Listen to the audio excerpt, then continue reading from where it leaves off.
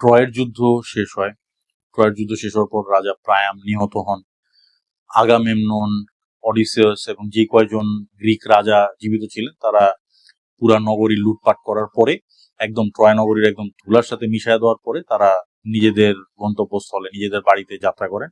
আর মেনেলাউস, মানে কথিত আছে একটা ন্যারেশন এটা বলে যে মেনেলাউস হেলেনের নিয়ে আবার স্পার্টায় ব্যাক করেন এবং হেলেন শেষ পর্যন্ত মেনেলাউসের সাথেই ছিলেন, এইটুকু আর কি একটা ন্যারেশনে পাওয়া যায়।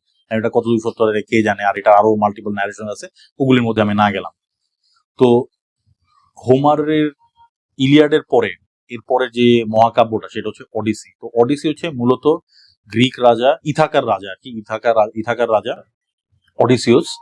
এই অডিসিউসের যে তার নিজের মাতৃভূমিতে ফিরে যাওয়ার যে যাত্রাটা এবং এই যাত্রা পথে তার যে কত ধরনের ঝঞ্ঝা সামলাইতে হয়, এবং শুধু এটা না, নিজের মাতৃভূমিতে যায়াও উনি কি কি বিপদের সম্মুখীন হন, কি কি ঝামেলার সম্মুখীন হয়, এবং যতদিন উনি মাতৃভূমিতে ছিলেন না ততদিন পর্যন্ত ওনার মাতৃভূমিতে, ওনার নগরে, ওনার শহরে, ওনার দেশে কি কি হয়েছে, এই সব কিছু মিলায় হচ্ছে অডিসি। তো অডিসিউসের কাহিনী অডিসি। তো এখন এটা নিয়ে তো মুভি আসতেছে, ক্রিস্টোফার নোলানের একটা মুভি আসতেছে। তো মুভিটা এতটাই ভালো, নোলান সাহেব এমনই মুভি বানাইতেছেন যে মুভি রিলিজ হওয়ার আগেই, মুভির কাস্টিং অ্যানাউন্স হওয়ার সাথে সাথেই এটা নিয়ে শোরগোল পড়ে গেছে। এবং হয়তোবা এই মুভিটা যদি যা যা মানে গুজব আমরা শুনতেছি, যদি এগুলি সব কারেক্ট হয়, এগুলি যদি অ্যাপ্লাই করা হয়ে থাকে, তাইলে এমন হইতে পারে যে এটা একটা দৃষ্টান্ত হয়ে থাকবে, ওডিসি মুভিটা একটা দৃষ্টান্ত হয়ে থাকবে যে একজন ডাইরেক্টর নিজের মুভির 12টা বাজানোর জন্য তিনি নিজেই যথেষ্ট, আর কারোর কোনো সমালোচক, অন্য কোনো ডাইরেক্টর, কোনো অ্যাক্টর, কোনো প্রোডাকশন জুড়লে কোনো কিছু দরকার নেই, উনি একলাই যথেষ্ট।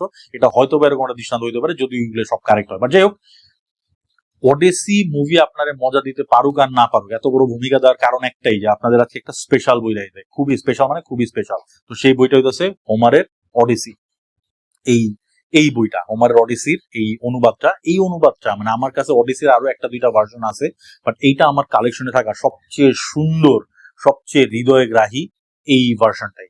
এবং এটা অনুবাদ করছেন রনিন্দা, এবং এই বইটা আসছে হচ্ছে কল্পবিশ্ব পাবলিকেশন থেকে, এটা ইন্ডিয়া থেকে আসছে। তো এই বইটা নিয়াজ বুখারবারের নিয়াজ আমার আয়না দিছে।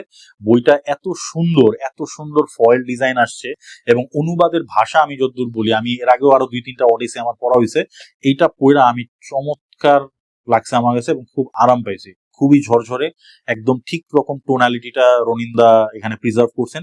আর এটার ভিতরে থাকা ইলাস্ট্রেশন, পুস্তানির ডিজাইন, সবকিছু এত সুন্দর, সব মিলায় দুর্দান্ত একটা সুখ পাঠ্য হয়েছে।